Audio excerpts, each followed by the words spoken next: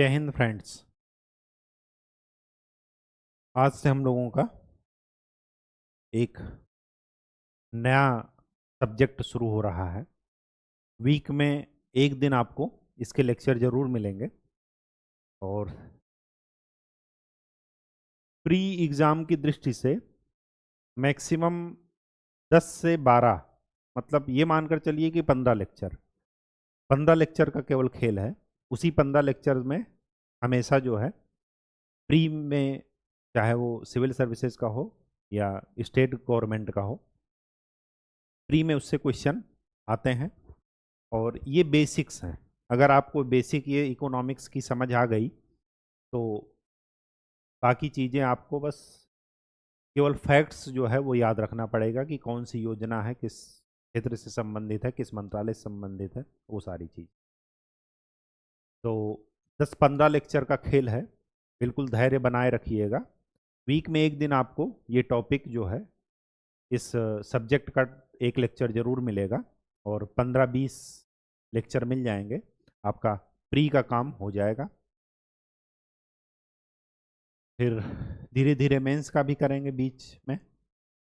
तो आज से जो हम स्टार्ट कर रहे हैं वो है इंडियन इकोनॉमी, भारतीय अर्थव्यवस्था।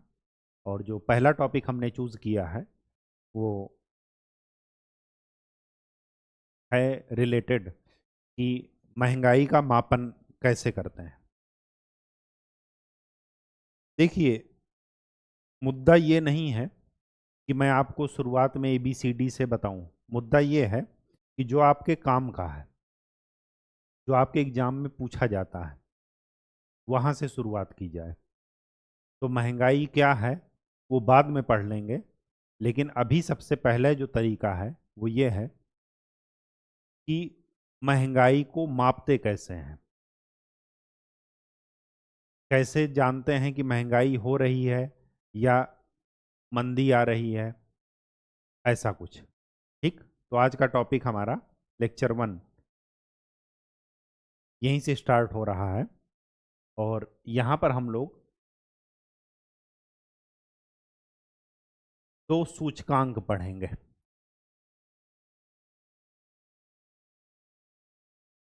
ये कौन से 2 सूचकांक हैं? इंडेक्स, एक है WPI और एक है CPI। WPI का मतलब होलसेल प्राइस इंडेक्स, थोक मूल्य सूचकांक। CPI क्या है? Consumer price index.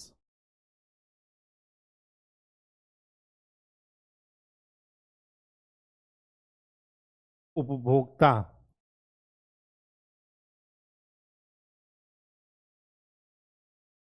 मूल्य सूचकांक।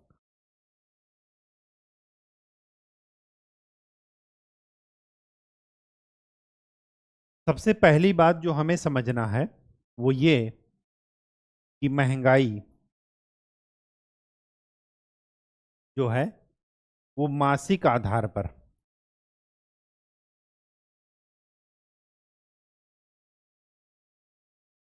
किसके द्वारा मापी जाती है? CSO के द्वारा। CSO मतलब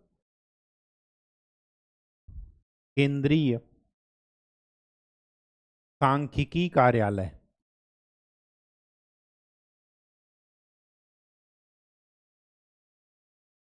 केंद्रीय सांख्यिकी कार्यालय 1951 में इनकी स्थापना हुई थी नई दिल्ली में। किसके अंडर में है ये? मॉस्पी के अंडर में। मॉस्पी का क्या होता है? Ministry of statics and programme implementation. ठीक, सांख्यिकी एवं योजना कार्यान्वयन मंत्रालय। ठीक, मॉस्पी के अंडर में। अब हमें ये ध्यान में रखना है कि WPI और CPI है क्या और कैसे ये मेजर होता है। तो स्टार्ट करते हैं। सबसे पहला है WPI, होलसेल प्राइस इंडेक्स। ठीक। सबसे बड़ी बात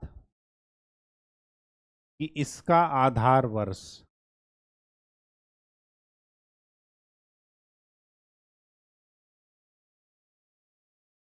2011-12 है।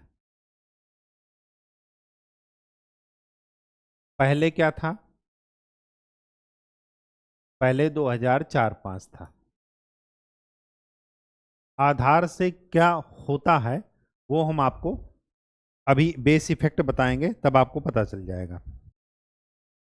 ठीक।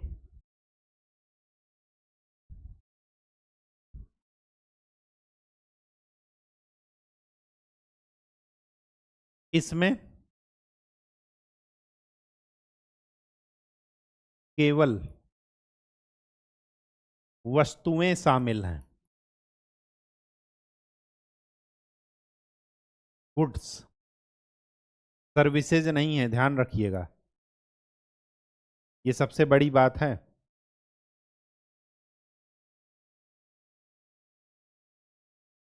और तीसरी बात, इसको जारी कौन करता है? इसको जारी करता है DPIIT। DPIIT क्या है? डिपार्टमेंट ऑफ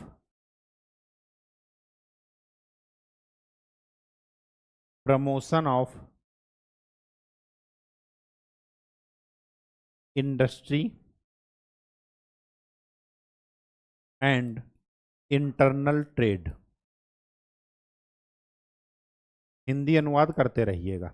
पहले इसको DIPP बोलते थे, इसका नाम बदलकर DPIIT कर दिया गया। ठीक। मासिक आधार पर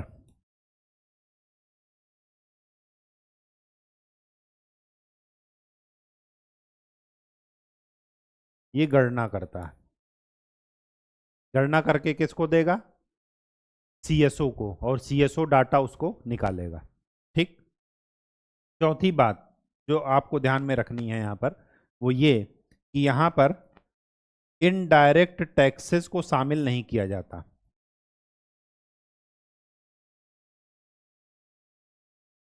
अप्रत्यक्ष करों को शामिल नहीं किया जाता, मतलब GST इसमें शामिल नहीं होगा।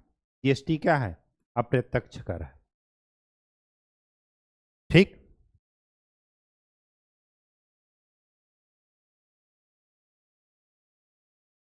अब हमें ये ध्यान में रखना है कि इसमें टोटल 697 वस्तुएं शामिल हैं। इन 697 वस्तुओं में 3 कैटेगरी की गई है। पहली कैटेगरी है विनिर्मित वस्तुएं,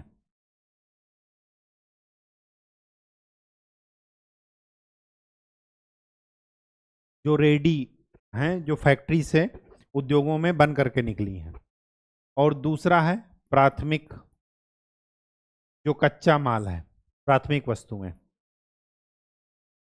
और तीसरा है ईंधन।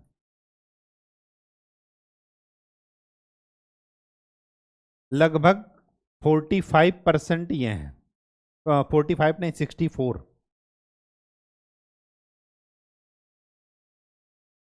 564, 697 में से 564 वस्तुएं विनिर्मित हैं। 22% के लगभग ये हैं, 116 के आसपास। और ईंधन, 16 वस्तुएं ईंधन की हैं।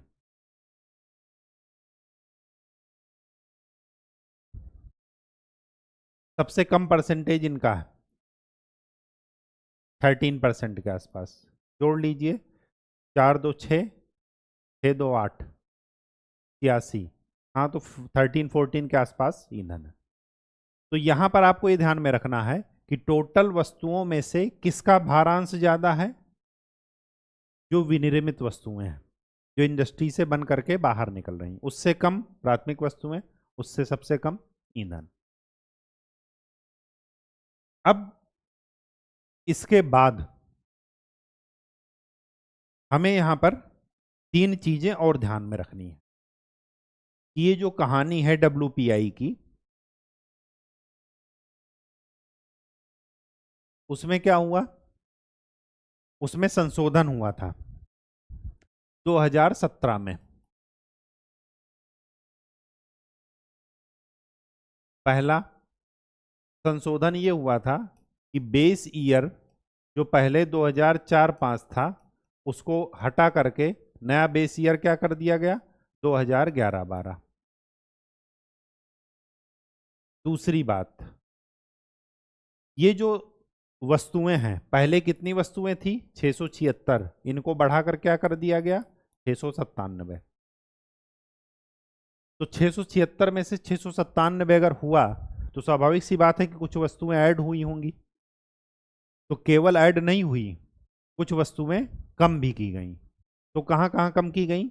पहली बात तो याद रखिएगा, विनिर्मित वस्तुएं, उनकी संख्या बढ़ाई गई। प्राथमिक वस्तुएं, उनकी भी संख्या बढ़ाई गई। और जो ईंधन है, उनकी संख्या कम की गई। ये चेंज आप ध्यान में रखिएगा। इनमें से 2 चेंज हम पहले पढ़ चुके, एक बेस ईयर और दूसरा वस्तुओं वाला। तीसरा जो चेंज किया गया वो क्या किया गया? यहीं पर लिख लीजिए। तीसरा चेंज ये किया गया कि खाद्य इंडेक्स जोड़ा गया।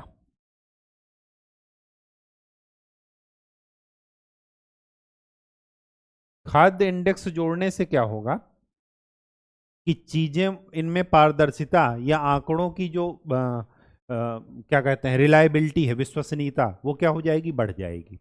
ऐसा नहीं है कि एक्चुअल में पोजीशन कुछ और है और आंकड़े कुछ और कह रहे हैं। ऐसा ना हो, इस वजह से खाद्य इंडेक्स भी जोड़ा गया। ये 3 परिवर्तन कब हुए? 2017 में। ये जितनी भी चीजें लाइन बाय लाइन लिखी हैं, ये सब के सब आपके एग्जाम में पूछी गई हैं कि WPI का बेस ईयर क्या है।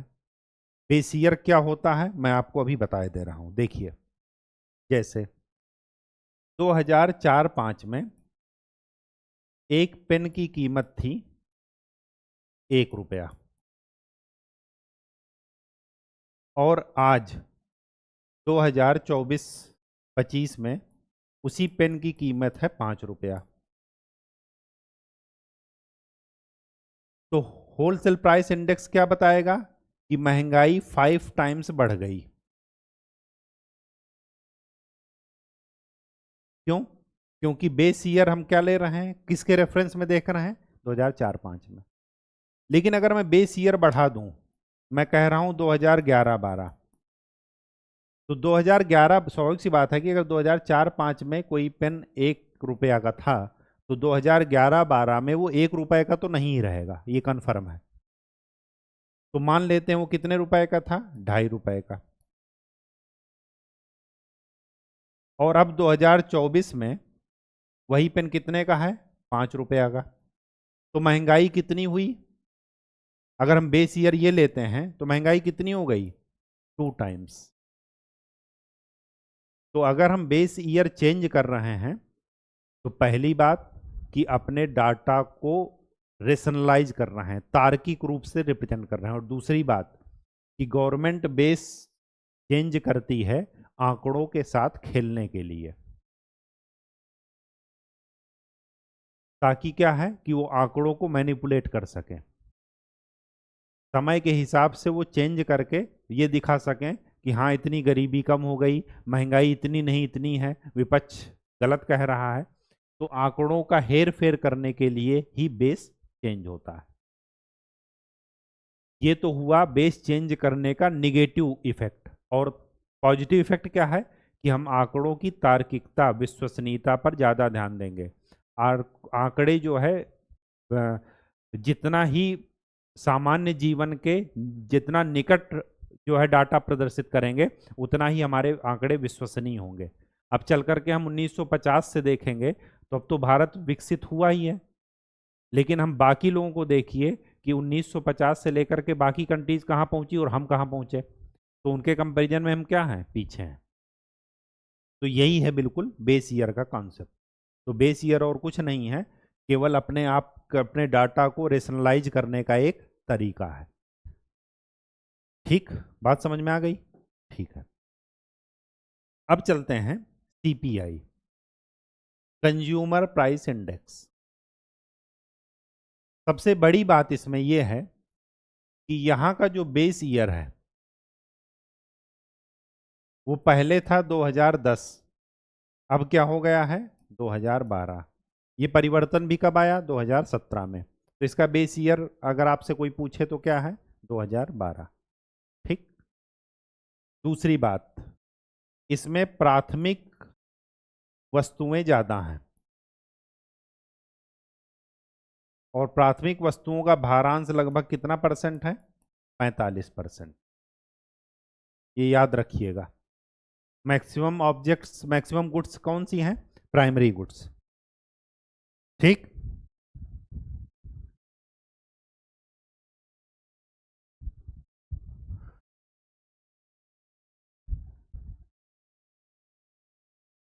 और क्या इसमें, हाँ एक चीज और, यहां पर वस्तु और सेवा दोनों ली जाती है, दोनों की गणना। वहां पर होलसेल प्राइस इंडेक्स में केवल वस्तु ली जाती थी, सेवाएं नहीं ली जाती थी काउंटिंग में। और फोर्थ पॉइंट जो सबसे इंपॉर्टेंट है कि वहां के आंकड़े कौन जारी कर रहा है, डब्ल्यूपीआई के, डीपीआईआईटी, और यहां पर आंकड़े कौन जारी करेगा, सीएसओ।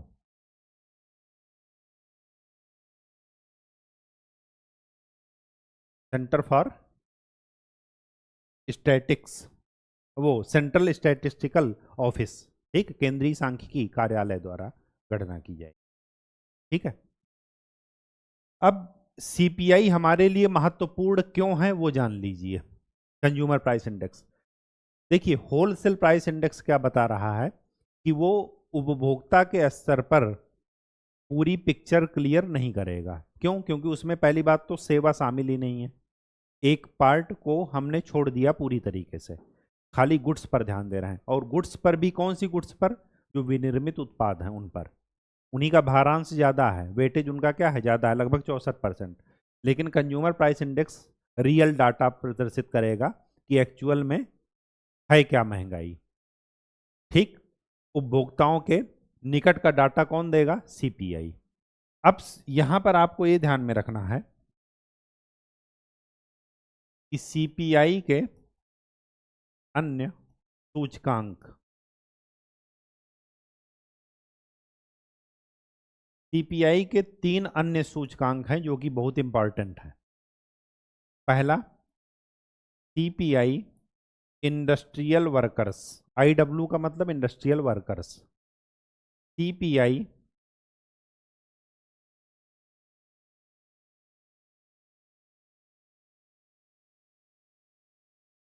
एएल, एएल का मतलब क्या है, एग्रीकल्चरल लेबर्स। एएल का क्या मतलब है, एग्रीकल्चरल लेबर्स। और फिर है सीपीआई आरएल, रूरल लेबर्स। ठीक, तो इंडस्ट्रियल वर्कर कहाँ होंगे, शहर में या गांव में, शहर में। रूरल लेबर्स कहाँ होंगे, गांव में। और एग्रीकल्चरल लेबर्स भी कहाँ होंगे, गांव में। इन पहली बात तो ये ध्यान में रखिएगा, ये जो सीपीआई के सूचकांक हैं इनके आंकड़े कौन जारी करता है,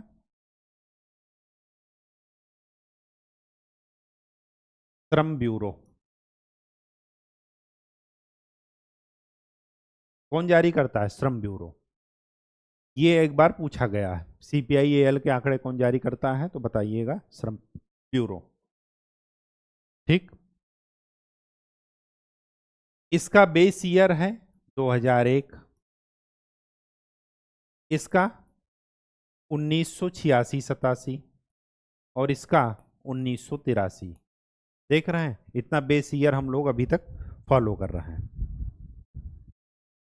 ठीक, क्यों जरूरी है, इस पर तो मोस्ट इंपॉर्टेंट लगाइएगा। आपने सुना होगा कि सरकार साल में 2 बार सरकारी कर्मचारियों का महंगाई भत्ता बढ़ाती है, डियरनेस अलाउंस, ये इसी के आधार पर बढ़ाती है। तो डीए की गणना के लिए, महंगाई भत्ता की गणना के लिए इसी का इस्तेमाल किया जाता है, पहली बात। दूसरी बात, आपने देखा होगा कि हर 10 साल पर क्या है, वेतन आयोग गठित होता है सरकार के द्वारा। अभी तक क्या है, 7वां वेतन आयोग की सिफारिशें के अनुसार वेतन दिया जा रहा है। 8वां वेतन आयोग अभी तक आया नहीं है। तो वेतन आयोग इन आंकड़ों की गणना, इन आंकड़ों की का हेल्प लेकर के ही क्या करता है, वेतन डिसाइड करता है, रिकमेंड करता है सरकार को। तो इस वजह से ये चीजें इंपॉर्टेंट है। ठीक, ये तो हो गया वस्तु और सेवा से संबंधित। अगर जमीन की बात हो, लैंड की बात, रियल सेक्टर की बात चल रही हो कि जमीनें, इतनी ज्यादा जमीनों का दाम बढ़ गया है, ठीक, तो वास्तव में बढ़ा है या जबरदस्ती डाटा को मैनिपुलेट किया जा रहा है, तो उसके लिए एक इंडेक्स यूज होता है जिसको बोलते हैं रेसिडेक्स, रेसिडेंशियल इंडेक्स। ठीक, बात समझ में आ गई। तो रेसिडेक्स क्या है, जमीन के बारे में आंकड़ा देगा। ठीक है, ये 2007 से शुरू है।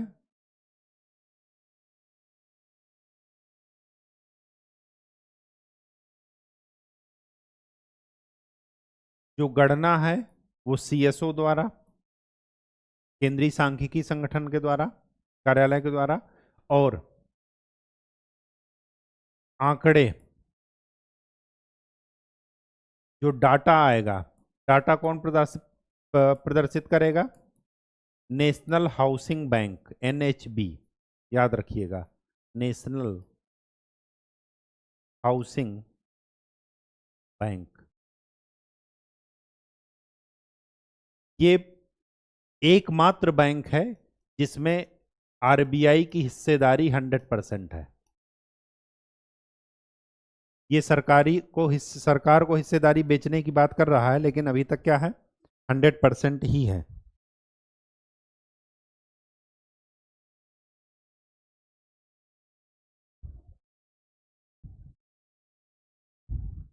ठीक, और इसका बेस ईयर याद रखिएगा 2017-18। ठीक, तो ये रहा आपका आज का टॉपिक, जिसमें हमने दो चीजें सीखी, सीपीआई और डब्ल्यूपीआई। सीपीआई डब्ल्यूपीआई आधार वर्ष कौन जारी कर रहा है, कौन आंकड़े इकट्ठा कर रहा है, ये चीजें जबान पर रटी होनी चाहिए।